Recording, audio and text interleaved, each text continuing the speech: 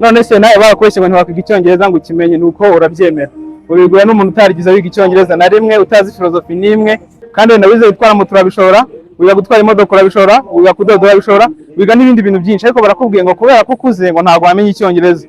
Don't be in the people who believe those chaotic rumors. Ibyo bihuha wibyemera ubuse icyongereza nicyo kintu gikomeye kurusha ibindi ibyo ntabwo ari byo. Ngwino wiga n'icyongereza na Lugero languages twigisha kuva mbere kugera kwa gatanu isaha imwe n'igice n'amasaha 2 bitewe n'uko class yagenze aho waba hose waba uri mu Rwanda, Africa, Asia, Europe, America ndetse n'ahandi.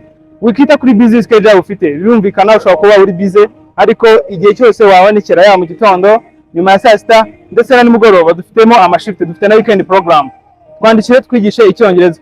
Wikizera abantu bakubwira ibihuha niba badafite experience n'imwe sibizi icyongereza nta philosophy n'imwe bazi nta approach n'imwe bazi ndetse ntibana bigerageje. Wikizera abantu bakubwira ibyo bihuha twandikire dutangire twigane kandi bizagufasha.